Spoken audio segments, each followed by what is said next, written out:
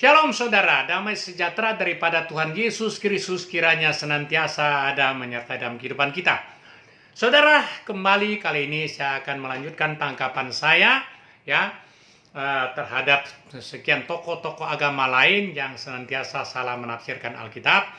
Dan saya akan melanjutkan tema saya yang terdahulu yang agak tertunda, yaitu Yesus Nabi terakhir. Nah, saya akan menjelaskan sisi lain yang telah saya janjikan, rasa agak terhutang. Karena itu saudara, kali ini saya akan mempermudah menggunakan satu peraga ini. Saya semata-mata hanya mempermudah untuk tokoh-tokoh agama lain ataupun orang-orang Kristen yang telah meninggalkan kasih Tuhan Yesus, yang tidak mengerti doktrin keselamatan yang pasti.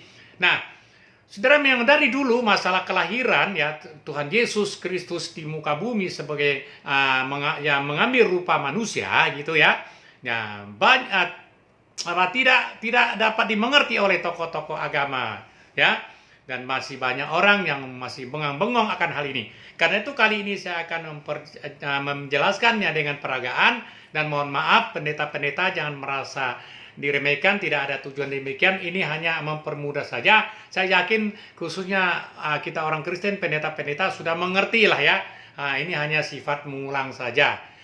Semoga mulai peragaan ini ini memperingankan lagi, memperingankan aja pemikiran tokoh-tokoh agama, kira-kira seperti itu Oke, saya akan jelaskan langsung saja. Ini kertas putih bulat ini saya buat sengaja. Ini ibarat adalah gambaran Tuhan Yesus atau kemahasucian Tuhan Yesus Kristus, Tuhan Yesus Nah, dan kemudian kita tahu bahwa firman Tuhan menjadi manusia. Kita tahu dari Yohanes pasal 1 ayat 1 dan ayat 14 itu Saya singkat saja, kita tahu proses kelahirannya. Nah, firman Tuhan menjadi manusia. Maka seperti ini, saudara ini adalah gambaran tubuh kemanusiaan Tuhan Yesus biar jelas Nah, saudara, titik merah ini adalah bicara pengorbanan. Kehadiran Tuhan Yesus kehadiran firman Tuhan menjadi manusia ini sudah pengorbanan Kenapa harus berbuat demikian? Harus memang. Kalau secara kemahabesarannya bumi tidak muat gitu Jadi sehingga Tuhan harus hadir seperti demikian. Dan perlu diketahui kehadirannya demikian dalam sosok tubuh manusia itu juga menyatakan mengasihi manusia. Saudara boleh baca saya tidak baca saja ayatnya, Injil Yohanes pasal 3 ayat 16, 17, 18 Bagaimana dia sangat mengasihi akan dunia ini, mereka mengaruniakan anak yang tunggal dan barang siapa yang percaya akan selamat, yang tidak percaya akan dihukum, kan begitu Terutama yang tidak percaya kepada nama Yesus itu pasti dihukum gitu masalahnya. Karena sangat berkaitan Nah, saya tidak mengutip ayat yang lain barangkali tapi itu menjadi dasar untuk saya melanjutkan membicarakan kehidupannya dari zaman kanak-kanak. Singkat kisahnya, dia adalah manusia tulen 100% dan 100% Tuhan. Firman Tuhan menjadi manusia, ingat satu lembar ini tak terpisahkan. Dari asal mulanya adalah Tuhan Yesus, dan kemudian biar dalam tubuh kemanusiaan tetap Tuhan Yesus. Di dalam Alkitab ada yang memanggil dia Tuhan, Tuan, Guru Mau sebut apa saja gelarnya silakan Dia juga disebut sebagai anak domba Allah, anak tunggal Allah Bapa. Dan apa arti anak tunggal Allah Bapa? Buah jantungnya hati Tuhan, kan begitu Disebut juga sebagai penebus, disebut juga apalah gitu Terutama adalah anak domba Allah itu nanti ada penjelasan di atas kayu salib Sebut sebagai anak manusia bisa mengampuni dosa anak manusia bisa mengampuni. Ini tidak masuk akal bagi agama yang lain seperti itulah. Kenapa dia bisa mengampuni? Nampak manusia karena dia ada Tuhan, hanya dia tidak tonjolkan, kan begitu. Oke saudara, saya akan buktikan sekalipun kehidupannya terhina-hina, Tuhan Yesus sudah tahu akan terhina-hina bagi mereka yang tidak mau mengerti. Bagi kita yang akhirnya mengerti, kita bersyukur karena dicelikan Bagi mereka yang belum mengerti itu merasa melek celik padahal masih buta. Syukur kita sudah dibukakan, akhirnya mengerti cara kehadirannya demikian. Dia sangat menghargai manusia, dia ingin berkomunikasi langsung dengan manusia. Dia juga merangkap sebagai nabi. Dia menggenapi akan nubuat kitab Ulangan pasal 18 ayat 18, kan begitu. Saudara kan nonton kembali deh di video saya yang terdahulu, Yesus Nabi terakhir ya. Nah, saudara, saya akan lanjut di sini. Kemudian kita perhatikan, saya ambil adegan tertentu, ayat tertentu gitu ya, supaya singkat cepat selesai gitu ya. Nah, kemudian kita perhatikan bagaimana dalam perjalanannya sebagai manusia. Dia ya singkat kisahnya, dari bayi digendong lah, apa dia kencing berak semua, merepotkan juga keluarganya gitu ya. Hidup sederhana, terhina-hina, memang demikian adanya ya. Itu resiko menjadi manusia, terserah lah gitu ya. Bagi tokoh-tokoh agama masih mengolok-olokkan ya, ya sampai hari ini mengolok-olok ini segala macam salah tafsir itu, ingat itu ya. Ya, saya kasih tahu satu ayat saja ya, baca saja ya. Injil Yohanes pasal 12 ayat 47 dan 48 tuh di situ ya. Nanti Anda akan tahu bahwa perkataan Yesus akan menjadi hukum atas orang tersebut di akhir zaman nanti kan begitu. Oke, secara pribadinya dia tidak masalah ya. Dia tidak menghukum. Anda berkata apa saja menghina dia, dia tidak menghukum yang akan mencabik-cabik iblis, mengambil kesempatan ya. Dia menegur. Kenapa? Karena anugerah. Zaman anugerah bagi pribadi Yesus adalah menanti Anda di saat-saat mau putus nafas pun dia menanti supaya Anda bertobat. Kalau Anda bertobat, Anda dapat. Kalau tidak, Anda binasalah. Itu penolakan terakhir, oke? Tidak ngancam, tapi itu firman Tuhan. Kita langsung di pertengahan misi menjalankan misinya ya, muridnya salah satunya, Filipus ya. Minta Yesus supaya nampakkan Bapa, karena ingin tahu Bapa itu siapa. Singkat kisahnya Yesus mengatakan ya, sesungguhnya barang siapa yang sudah melihat aku, dia sudah melihat Bapa. Murid-murid pasti bingung, di mana Bapa belum nampak. Ini loh Bapa di dalam Yesus. Tidak tonjolkan, karena ketuhanan itu, istilah Bapa itu adalah kemahabesaran ketuhanan Yesus. Apa artinya anak? Inilah buah jantung hatinya, tubuh Yesus ini selama masih di dunia gitu ya. Oke, itu ada tema tersendiri, saya hanya sekilas saja. Jadi, ketuhanan tidak ditonjolkan. Mereka pasti mikir, nggak kelihatan. Bagaimana setelah melihat Yesus ini sudah melihat Bapa. Inilah Tuhan Yesus hadir seperti manusia ini. Demikian juga dia berbicara dengan tokoh-tokoh agama yang lain. Hingga hari ini masih berbicara. Ya, jangan pikir kemanusiaannya itu. Silakan pikir, tetapi dia adalah Tuhan tulen. Tuhan tak terpisahkan ya. Dia memang harus hadir demikian. Kenapa? Kenapa Anda tolak? Nggak boleh. Tuhan berbuat apa saja. Tuhan Yesus yang pencipta langit dan bumi dan segala isinya hadir dimanapun ya. Di situasi kondisi yang terburuk pun ya. Terkotor pun tidak akan mengkotori kemahasuciannya dia. Tergempar, terdahsyat, bom atom dijatuhkan. Ya, kita yang mati, dia tetap hidup. Itulah Tuhan Yesus. Itu harus diketahui. Dia hadir seperti demikian, yang terhina-hina. Kenapa tidak boleh? Aneh jadinya kan? Memang kalian merasa melek, merasa celik, padahal buta di hadapan Tuhan Yesus. Karena tidak membuka akal sehat, membuka logika untuk anugerahnya ya hadir ke otak Anda. Oke, jangan berpikir kemanusiaannya terus, nanti akan lihat, saudara akan lihat masa-masanya selesai. Ya, ini ada tubuhnya itu ada merupakan suatu sarana keselamatan, menyelesaikan segala keberdosaan manusia ya, penebusan segala dosa manusia ya. Oke. Nah, perjalanan selanjutnya kita akan lihat bagaimana dia menyatakan kuasanya, dia tidak menonjolkan dirinya. Berbicara dengan tokoh-tokoh agama ya. Dia berbicara langsung begitu saja. Mereka menganggap Tuhan Yesus menghujat. Karena Tuhan Yesus bicara kebesaran dirinya dan semuanya ya. Nah, mereka menganggap kalau memang Nabi utusan-utusan, ya betul. Ya, tokoh-tokoh agama itu sampai hari ini dia akan Nabi, dia manusia, dia utusan, betul Nabi. Dia menggenapi Ulangan pasal 18 ayat 18. Ya. Nah, saudara, jadi sebagai manusia 100% dia tunjukkan, membawa, menuntun pikiran mereka gitu ya. Ya, kepada Tuhan yang Esa, sembahlah Tuhan yang Esa, itu betul. Ya, dia menyatakan diri sebagai utusan, betul, betul. Tetapi ingat, dia Tuhan, Tuhan yang merangkap utusan, merangkap nabi, merangkap apalah di situ ya. Dia mengatakan anak tidak tahu akan hari kiamat gitu ya. Bapak yang tahu. Siapa Bapak ini? Ada dalam dirinya. Dia menyatakan secara kemanusiaan. Kalian saja yang salah tafsir, nggak ngerti karena memikir maksudnya Tuhan kok tidak tahu hari kiamat. Wah saudara, dia tahu persis ya.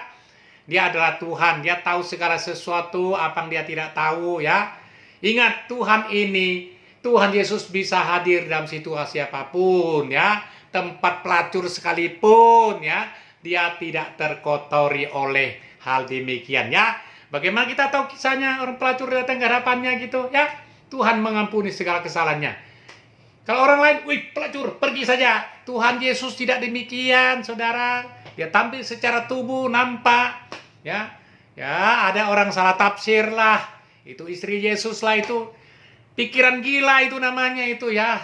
Pikiran duniawi itu salah pikir, sesat. Jangan coba menafsir Alkitab sembarang gitu ya. Nyomot satu ayat, setengah ayat jingkrak-jingkrak. Lalu mau coba mengacak-acakin isi Alkitab. Aduh, inilah yang mengolok-olok firman Tuhan ya. Sekali lagi Yohanes pasal 12 ayat 47, 48 itu baca dengan baik-baik. Oke? Tidak marah, mohon maaf. Tidak maksud menyakiti, hanya menerangkan supaya jelas permasalahannya ya. Kehadiran Tuhan Yesus di muka bumi dalam wujud kemanusiaannya itu ada seperti demikian. Diterima atau tidak, silakan. Yang terima, selamat. Yang tidak terima, binasalah dia. Oke? Baik, kita lanjut. Setelah dia berbicara tokoh agama, ya sebenarnya Tuhan Yesus berbicara kepada mereka tokoh-tokoh agama. Hanya mereka tidak mengerti kehadirannya demikian. Sehingga mereka menuduh, mengecam, memvonis dia, ya singkat kisah mengiring dia sampai ke atas kayu salib sana. Ya. Nah, mujizat apa lagi? Air menjadi anggur. Ya, isi tembahin itu dengan air, tidak ngomong apa-apa, isi saja tahu jadi anggur utama lagi. Takjub mereka melihat penampilan ini. Siapa yang berbuat? Ini ketuhanannya. Namun tidak ditonjolkan. Ya, dia tidak perlu bentangan sinar kemuliaan semua tumbang gitu ya. Tidak perlu. Ya, memang hadir seperti demikian biar diakui sebagai manusia yang punya segala julukan, mau panggil Tuhan, Rabi, ya Tuhan kayak apa gitu.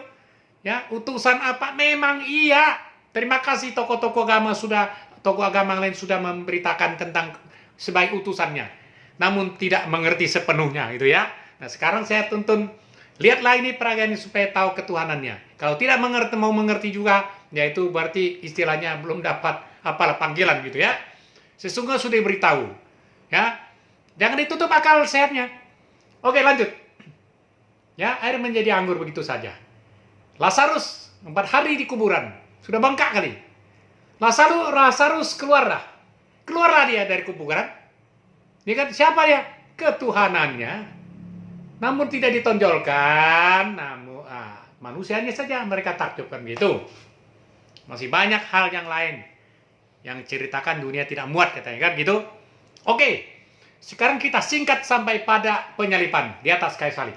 Set. Di atas kayu salib ada yang dikatakan ya. Dalam penderitaannya ya. Setelah dihina, caci maki, macam-macam tuduhan itu ya. Sudah babak belur lah gitu. Apa dikatakan di atas kayu salib?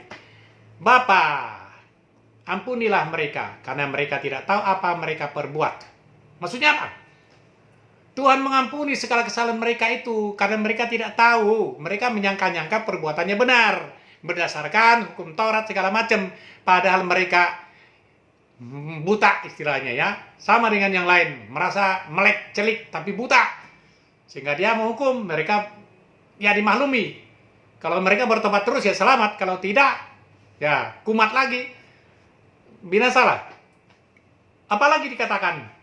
Ada lagi satu perkataan yang masih bingung oleh tokoh-tokoh agama lain. Makan ada mualaf ya. Yang salah tafsir, nggak ngerti. Masa Tuhan mati, masa Eli masa mata nih. Perhatikan adegannya. Selama 33,5 tahun. Ya, setelah hampir selesai jalan misi penyelamatannya, ya, apa yang terjadi di atas kayu salib saat dia mau mati, ya? Inilah dia ketuhanan yang harus keluar dari tubuhnya. Begitu keluar, pergi, Eli, Eli, lama sabatani. Tuhanku, Tuhanku, mengapa engkau meninggalkan aku? Saudara mengerti sini? Ketuhanannya Tuhan Yesus harus terpisah dari tubuh kemanusiaannya. Kalau tidak, terpisah di atas kayu salib, sekalipun patah tulang, hancur tubuhnya, tetap tidak akan mati-mati karena Tuhan. Oleh karena itu dia harus mati. Kenapa harus mati? Harus. Tuhan tinggalkan dia. Dengan tubuh kemanusiaan yang luar biasa, tentu saja kesakitan toh beda. Karena sudah tubuh tulen, tubuh kemanusiaan, tidak ada ketuhanan, tidak ada kekuatan lain. Apa yang dikerjakannya di sini? Hah? Apa yang diderita? Ditanggunglah segala dosa kita manusia sedunia, saudara dan saya. Karena memang dia menjadi rela berkorban, rela menjadi sarana penebusan. Kenapa? Karena Tuhan menegakkan keadilannya, menghukum manusia, ya, dan dosa manusia harus diadili seadil-adilnya. Sekecil apapun dijatuhi hukumannya, dan hukumannya neraka bagiannya. Kan gitu. Dan dia juga menyatakan kasihnya satu sisi yang lain kepada kita manusia ini, ya, supaya tidak binasa. Segala dosa kita ditanggung, ditimpakan ke dalam diri tubuh Yesus Kristus ini. Saya tidak katakan Tuhan lagi, karena Tuhan sudah tidak ada di sini, hanya tubuh kemanusiaannya. Ini tanggungnya. Betapa beratnya bebannya, ya, untuk kita semuanya. Inilah yang disebut anak domba Allah yang tersembelih di atas kayu salib. Perjanjian lama itu domba biasa, sudah baca perjanjian lama, sudah tahu, semua tahu. Kali ini sekali darahnya mengalir, mengucur untuk seluruh muka bumi, siapapun dia, saudara saya, sampai hari ini mau bertobat, percaya pada dia. Segala dosamu ditanggung, ditebus. Saudara mau tebus sendiri, tidak akan tertebus. Satu dosa saja sudah mencemari seluruh kehidupan saudara. Masuk surga harus kudus. Kalau tidak kudus, tidak bisa. Anda minta diadili, Tuhan yang Maha Kuasa, ini loh perbuatan baikku, ini kesalahanku cuma 1, 2, oh ya, aku yang Maha Adil. Kecil apapun tetap dihukum, taruh di mana? Neraka. Sekalipun di pinggir terpanas. Lebih baik terhindar dari panas. Nah, ini kita setelah ditebus, kita dikuduskan sekali kudus, selamanya kudus dikatakan. Menjadi anak-anak Tuhan. Menjadi ahli waris, menjadi waris keluarga surga. Menjadi orang yang terbahagia karena waktu matinya dipastikan masuk Firdaus. Oleh karena telah dikuduskan. Posisinya banyak gelarnya, Roh Kudus menjadi saksi. Sampai depan pintu surga di mana tinggal masuk saja. Yang lain ntar dulu. Harus firman Tuhan berkata, ya kalau tidak salah, Roma 8 ayat 1 kalau saya, atau 1 apa 2. Barang siapa yang sudah di dalam Kristus, barang siapa yang sudah di dalam Kristus Yesus, tidak ada lagi penghukuman baginya. Berarti saudara kita dari jerat hukum, karena percaya pada pengorbanan Tuhan Yesus Kristus. Ya, saudara percaya? Tidak, terserah. Nah, tak kala dia mau putus nafasnya, dikatakan, sudah selesai. Sudah selesai, lalu putus nafasnya. Artinya, penegakan keadilan, pernyataan kasih Tuhan yang Maha Kuasa di dalam pengorbanan Tuhan, pengorbanan Yesus Kristus. Bukan Tuhan ya, Yesus Kristus di atas kayu salib. Ya. Nah, inilah diselesaikannya. Adil dan kasih disatukan sehingga tidak terlihat lagi kontroversial di dalam diri Tuhan yang Maha Kuasa, tidak polemik, tidak dilema. Inilah kesempurnaannya dinyatakan dalam kebijakannya yang paling tepat. Maha adil, maha kasih, maha bijak. Ya, disatukan di dalam. Anda mau mempersalahkan Tuhan Yesus kehadiran seperti demikian? Coba perhatikan Tuhan yang lain. Masih tanda tanya. Tidak menghinakan. Jelaskan bagi saya. Adil dan kasih itu nampak apa? Mau dia tegakkan yang mana? Oke, nanti di lain tema ya. Baik. Setelah dia mati, dalam tempo kita tahu sesuai perkataan Yesus. Ya, soal kemanusiaannya selesai. Ingat itu. Tidak terikat lagi, tapi kenangan, karya keselamatannya, segala penderitaan penyalipannya, kematiannya harus diketahui, harus diyakini. Percaya pada Tuhan Yesus sebagai Tuhan dan Juru Selamat, meyakini akan karya keselamatannya. Kalau tidak, percuma saja. Orang Kristen harus tahu semuanya. Tugas gembala-gembala. Sedikit keras firman Tuhan, jangan makan bubur melulu kan gitu ya. Maaf, tidak menggurui ya. Ini terlalu semangat jadinya. Sekali lagi, hanya untuk tokoh-tokoh agama yang lain yang salah tafsir selama ini. Eli lama sabatani. Jangan salah tafsir lagi. Ya. Sekarang apa yang terjadi? Hari yang ketiga. Perhatikan ketuhanan yang tadi keluar dari tubuh pribadi kemanusiaannya itu masuk ke dalam mana? Pekuburan tentu. Ya. Apa yang terjadi? Ya, dalam tempo, entah berapa tempo waktunya, yang jelas ketuhanannya kembali pada jasad tubuh Yesus, maka terjadi kebangkitan. Saudara tahu apa yang terjadi? Sewaktu dia mati tadi, ya, 3 hari lalu lah, gitu kan, mati, dunia gempa, gelap dunia, tirai bait suci, ya, terobek, tokoh agama kaget dan semua kaget lah. Sekarang dibangkit juga kaget tuh. Ya. Adegan selanjutnya baca kitab semua jelas. Tapi saya mau kasih tahu. Prajurit-prajurit penjaga kuburan ketakutan. Lapor ke kota kepada tokoh-tokoh agama lagi. Yang merasa melek, celik, padahal buta. Singkat kisahnya, saksi-saksi ini sokok. Jangan kau ceritakan sebenarnya. Nih, uang. Kalau tidak salah 30 keping perak. Hanya kena kesogok. Berita fakta nyata ditutupnya oleh mereka. Betapa bodohnya. Ya dok? Nah, sampai hari ini beritanya baca di kitab. Beginilah tokoh-tokoh agama lain sampai hari ini tidak meyakini Yesus disalib, lalu mati, lalu bangkit. Ada tertulis ikatan kita mereka. Oleh karena keterikatan bunyi kita mereka itu sampai hari ini mereka hanya memikirkan kemanusiaannya, tidak mungkin jadi Tuhan. Padahal sudah Tuhan. Ini juga Tuhan sudah bangkit, sekarang tubuh kemuliaan. Setelah tubuh kemuliaan, murid-murid rapat kalian kumpul dalam satu ruangan ketakutan. Karena waktu itu akan ditangkap-tangkap. Hadirlah tubuh kemuliaan ini yang tidak dapat dibatasi oleh ruang dan waktu. Muncul. Kaget dong murid-murid.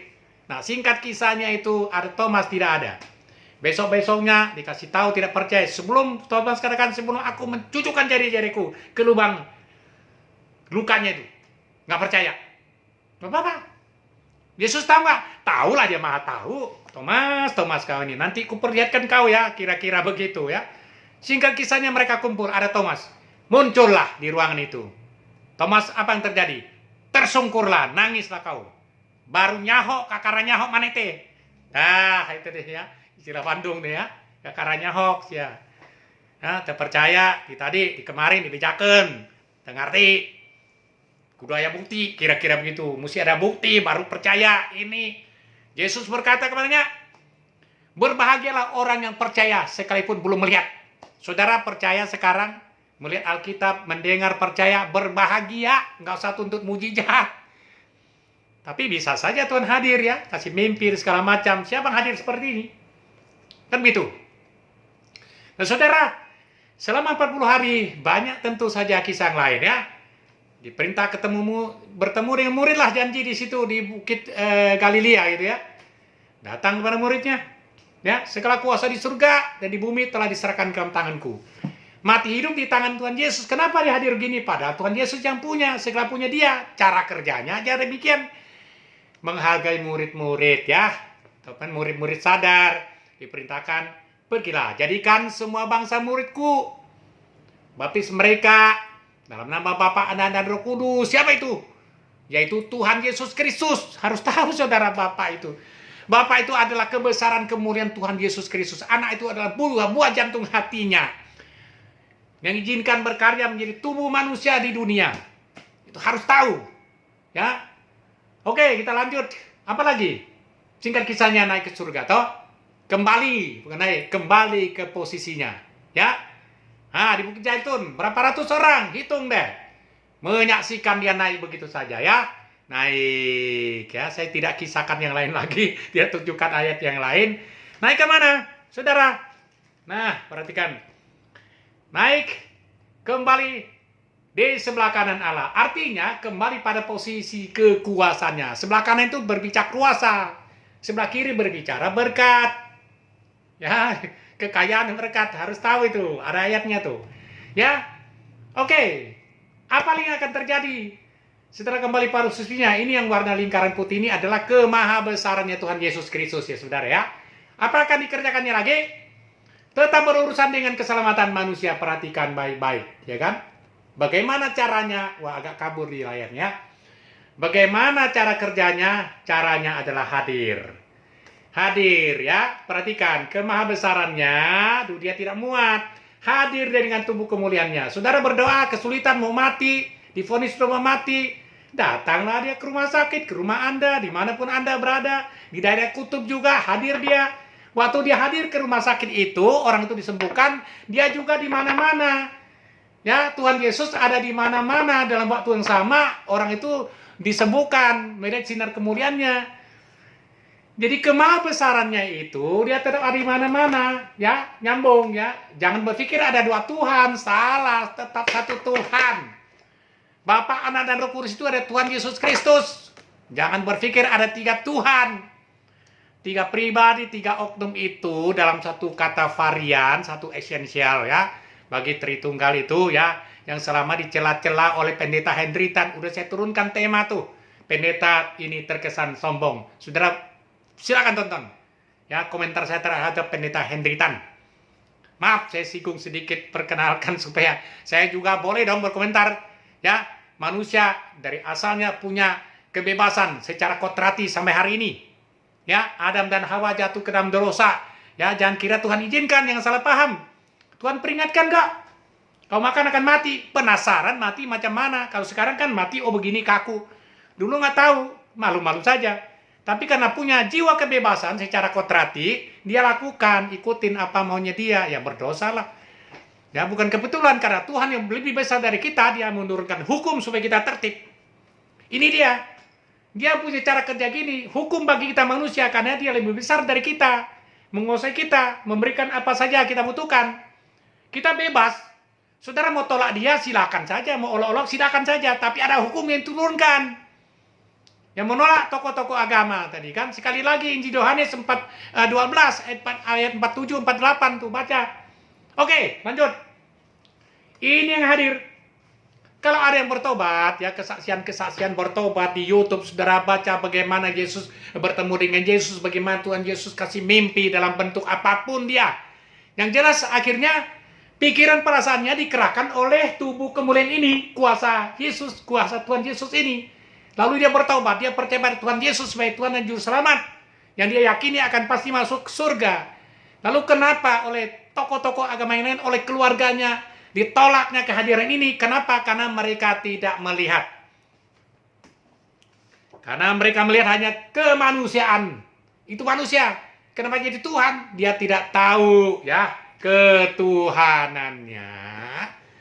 Ya, tubuh kemuliaan ini ya. Saya sudah jelaskan dari tadi, itu adalah Tuhan terhadap Tuhan. Dari awal Tuhan dan Tuhan terus Tuhan. Hanya berpisah sebentar. Eli, Eli lama sabatani situ. Pendeta yang tinggalkan kasih Tuhan. Anda tidak mengerti doktrin keselamatan ini. Kembalilah, sadarlah kalau kebetulan nonton ini. Mohon saudara-saudara, saya boleh di like, di share ya. Subscribe gitu ya, supaya banyak bermanfaat bagi yang lain. Ya, sedikit himbau ya. Oke, saudara, tidak menggurui, tapi saya mungkin terlalu semangat sehingga bahasa saya kurang teratur. Waktu berjalan terus, 28 menit. Ingin secepatnya selesai ya. Bila perlu setengah jam. Sedikit lagi. Ya, saudara, siapa saja yang percaya, yang ada respon. Timbulkan ada responsif ya. Mendengar berita tentang Tuhan Yesus, apa ya? Cari tahu. Carilah Tuhan, akan ketemu. Waktunya saya tidak tahu persis ya, bisa seminggu, 2 minggu, bisa hari ini, bisa sebentar, bisa setahun, 2 tahun. Tapi umumnya dapat. Siapa yang hadir? Siapa yang hadir ke dia? Ini dia. Bisa bentuk mimpi, bentuk apalah gitu, ilhaman apa gitu ya. Kalau tidak dinyatakan tubuh kemuliaannya ini dah hadir ya, mujizat, ya udah percaya apa yang disampaikan pendeta, anak-anak Tuhan, kesaksian terlalu banyak. Yang bertemu dengan Tuhan Yesus, nah ini dia. Yesus membawa dia kemana? Ada yang masuk ke neraka lah, ke surga. Yang asli tidak. Ya mungkin semacam konfigurasi gitu ya. Suatu gambaran-gambaran supaya orang tahu tuh ada neraka, ada surga. Surga yang benar kan di kitab wahyu nanti ya. Neraka yang asli nanti lihat, baca kitab wahyu. Oke saudara. Aduh, mohon maaf deh kalau bahasa saya agak kasar gitu, melotot-melotot ya. Nggak sengaja ya. Pada dasarnya saya lembut orangnya. Jangan salah paham terhadap diri saya ya. Bila perlu suatu saat bertemu langsung, ngobrol langsung, minum kopi bersama siapapun dia, oke? Nah, jadi ingatlah, nanti Inilah ini yang membuat orang bertobat, yang keluarga mencak-mencak, bahkan mau membunuh malahan, musuhin. Jangan dimusuhin. Jangan dimusuhin ya. Nanti Anda dipanggil bagaimana gitu ya. Saya ingat keluarga saya dari yang punya ilmu ini itu gitu ya, singkat kisah, ada kesaksian saya di situ ya. Ada kesaksian saya itu ya, saudara mulai. Seluruh keluarga ikut Tuhan, 11 orang, puji Tuhan ya. Papaku dari seorang tatung, dukun gitu ya, dari Kalimantan. Tapi puji Tuhan ya, semua dalam Tuhan diberkati sampai hari ini ya. Nah, saya harap nanti semuanya yang mendengar, yang menyaksikan ini khususnya, dan kemudian mendengar yang lain, lalu responlah masa Tuhan Yesus. Ya, saya harap tubuh kemuliaan ini hadir gitu. Oke, selama dunia belum kiamat ini terus berkarya, ingat itu ya. Jangan terpikir kemanusiaannya, manusia jadi Tuhan nggak mungkin gitu ya. Tapi Tuhan jadi manusia iya gitu ya. Oke, baik saudara, saya pikir sedikit lagi nanti dunia kiamatnya akan datang dari awan-awan saudara ya, dengan pasukannya dan tubuh kemuliaan. Kalau secara kemahabesarannya bumi tidak muat, semua manusia siapapun dia di dunia ini bisa melihat kedatangannya di atas awan-awan ya. Dia akan mengadili semua orang yang berdosa gitu ya. Oke, ada penjelasan saya sekali lagi. Aduh, kenalin terus video ya. Yesus Nabi terakhir. Ada satu lagi yang lebih awal, itu risiko mengklaim Roh Kudus ya. Tentu tanggapan yang lain. Doakan saudara supaya ada terus konten-konten yang akan buat, terutama firman Tuhan ya. Ya. Oke. Saya tidak memasakkan lah ya, saya hanya menyampaikan. Ya, saya manusia biasa, juga bisa lemah. Doakan juga, saling mendoakan supaya ya dikuatkan oleh Tuhan gitu ya. Saya pikir demikian yang dapat saya jelaskan ya. Akhirnya Tuhan Yesus memberkati kita semuanya. Amin.